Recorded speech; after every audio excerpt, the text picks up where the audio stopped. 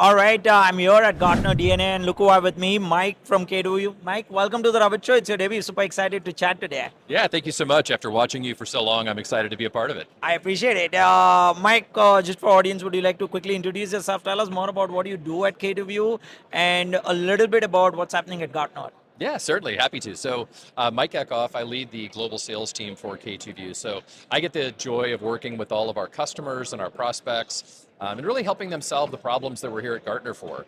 If you think about what people are looking for here, everything's talking about AI, but the foundation of how do I access my data, how do I get to that secure information, is the real challenge that everybody's trying to solve. And I was very lucky to find K2View as one of the few companies that actually has figured out how to solve that. Yeah, it's pretty interesting. And Ronan and I go back long back, and we always discuss about, and to date, like I was just talking to him about how important data foundation is. It's just all coming together where enterprise leaders and enterprises are kind of understanding that, and they're just going back and talking about that.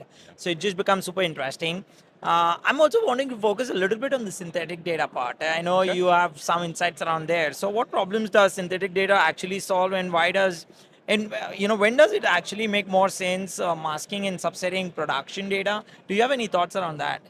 Yeah, so I think part of what most companies are looking for is the ability to access data that's realistic, right? They want data that actually meets their environment that's similar to what exists in production. Yes. But you don't want real production data to be out, right? That's how data breaches happen. That's how big fines come along. The reputation impact is significant if that real production data is breached. So the idea of masking data is very powerful and works extremely well. And in fact, K2View masks data using synthetic data technology.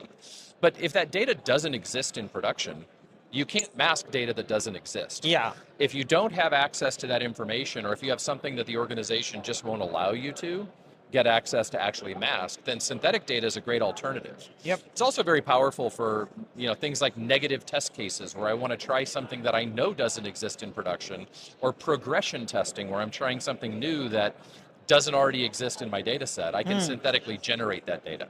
Yeah, and yes, the biggest question that I hear from people is obviously is whether the synthetic data is realistic enough. And I'm pretty sure you get a lot of these questions from the customers and even the enterprise leaders out there. What do you think about it?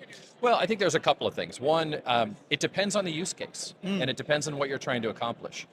Synthetic data, by default and by design, should never be 100% accurate, because if it's 100% accurate, then it's production data. Production data. So we True. want it to be different slightly, but we want it to maintain the same context and correlations that you find in real data. And so there's various ways of creating synthetic data, and K2View is the only company that does all of those. If you think about what I'm trying to accomplish based on the use case, data masking can often be a perfect solution.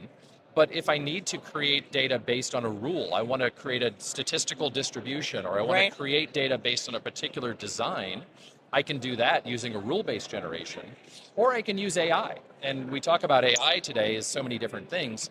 The idea of using a AI algorithm to learn the patterns and correlations of my source data and then generate new data based on that gives me the most accurate data that I can find.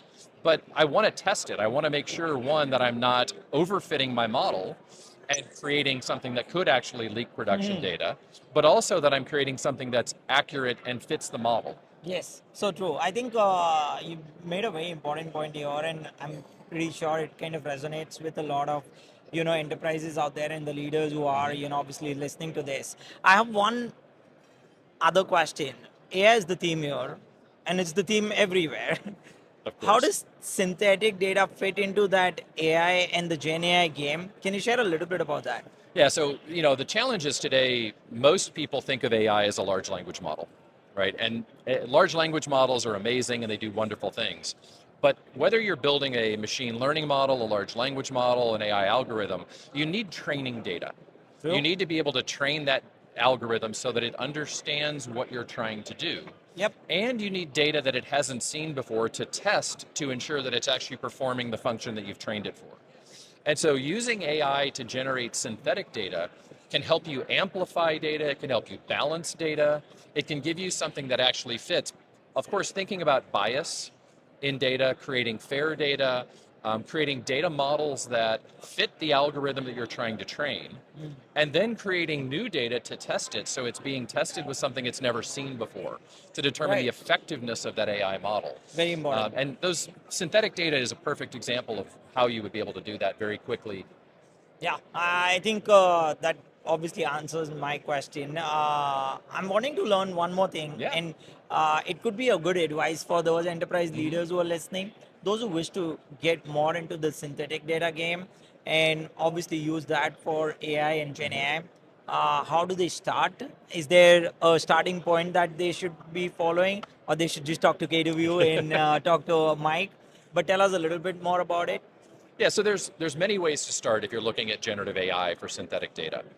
There are many open source models that already exist. And there are Okay. a lot of tools out there that if I'm doing a single data set and I want to go try it out, I can use open source tools and I can generate data. Where you really need to think about talking to a company like K2view is if I actually have corporate data. I have proprietary information that I'm trying to replicate. Um, I Very know, important. I know my company would never allow me to use this open source tool on my proprietary information. So when you have that Yeah. complex environment, that's where K2view is going to be your best solution. I love it. Mike, these are fantastic insights. One last question, Yeah, I promise. please. If folks want to reach out to you, learn more about the different things that you're doing in the space, learn more about synthetic data, and also learn more about what's happening at K2View, where can they do that? Well, very easily at k2view.com. Just visit our website. Okay. There's an opportunity there. Our chat bot will pop up. It's actually going to have a real human being behind the scenes. Okay. You can talk to them. They can connect you up with me personally or any member Nice. of the team. Okay. And we're always happy to answer questions. And LinkedIn is the best place to follow you. LinkedIn is a great place to get me, Michael Eckhoff. There aren't many of me out there, so pretty easy to find. Fantastic. This is great, Michael. We'll keep the conversation going, but always such a pleasure Fantastic. seeing K2View, and it is such a pleasure to chat with you. Yeah, thanks Thank so you. much. Thank you, everyone, for joining us today. Take care.